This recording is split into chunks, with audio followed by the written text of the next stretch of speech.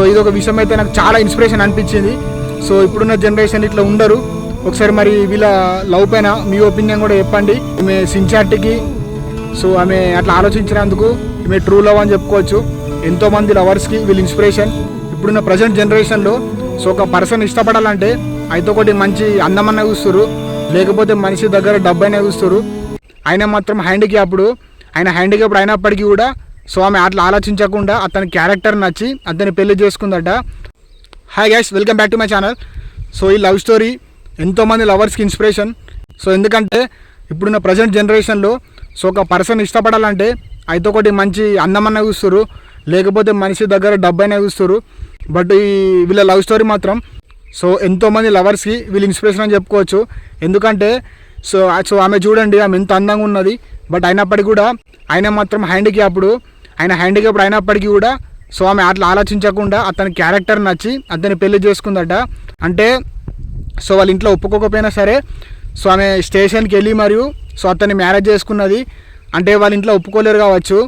So అతను కూడా అడిగిండట, అంటే నా దగ్గర అందం లేదు కదా, సో ఎందుకంత ఇష్టపడ్డా అని చెప్పేసి అడిగితే, సో నీ దగ్గర అందం లేకపోయినా సో నీ క్యారెక్టర్ నాకు నచ్చింది, సో నీ సిన్సియారిటీ నాకు నచ్చిందని చెప్పేసి సో ఆ పర్సన్ ఇష్టపడి మరియు పెళ్లి చేసుకుంది. సో ఇప్పుడున్న జనరేషన్లో సో ఇట్లా చాలా తక్కువ మంది ఉంటారు. అంటే మనం అంతా బాగున్నప్పటికీ కూడా సో అయితే డబ్బన్నా లేకపోతే సక్సెస్ లేకపోతే సో వదిలిపెట్టి వెళ్ళేసిపోతారు. లేకపోతే సో మ్యారేజ్ చేసుకుంటా అని చెప్పి కూడా సో టైంకి వచ్చినాక సో వేరే పర్సన్ని మ్యారేజ్ చేసుకుంటారు. సో ఇట్లా లవ్ కోసం ఎంతోమంది అబ్బాయిలు పిచ్చోళ్ళు అయిన వాళ్ళు కూడా ఉన్నారు. కానీ సో ఈమె సిన్సియారిటీకి సో ఆమె అట్లా ఆలోచించినందుకు ఈమె ట్రూ లవ్ అని చెప్పుకోవచ్చు. ఎంతోమంది లవర్స్కి వీళ్ళు ఇన్స్పిరేషన్.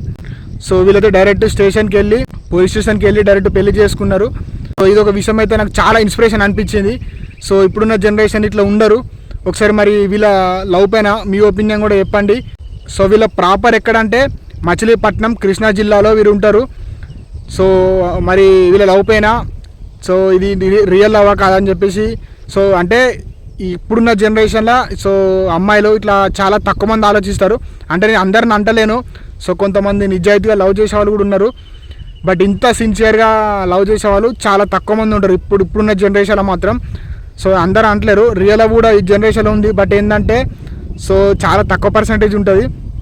సో ఈమె మనసుకు మాత్రం ఆమె ఆలోచించిన విధానం సో నాకు బాగా నచ్చింది. వీళ్ళ లవ్కి ఎంతోమంది లవర్స్ ఇన్స్పిరేషన్ కూడా తీసుకోవచ్చు. ఇటువంటి మంచి మనసున్న అమ్మాయిలు చాలా తక్కువ మంది ఉంటారు. సో అంటే ఆయన హ్యాండిక్యాప్డ్ అని ఆలోచించకుండా కూడా పెళ్లి చేసుకుందంటే సో గ్రేట్ లవ్ అని చెప్పుకోవచ్చు. ఓకే, మరి ఈ ఇన్ఫర్మేషన్ మీకు నచ్చితే లైక్ చేయండి. సో ఇటువంటి మంచి ఇన్ఫర్మేషన్ వీడియోస్ కోసం నా ఛానల్ సబ్స్క్రైబ్ చేసుకోండి. మరి మళ్ళీ కొత్త వీడియోతో మీ ముందుకు వస్తా. Thanks for watching.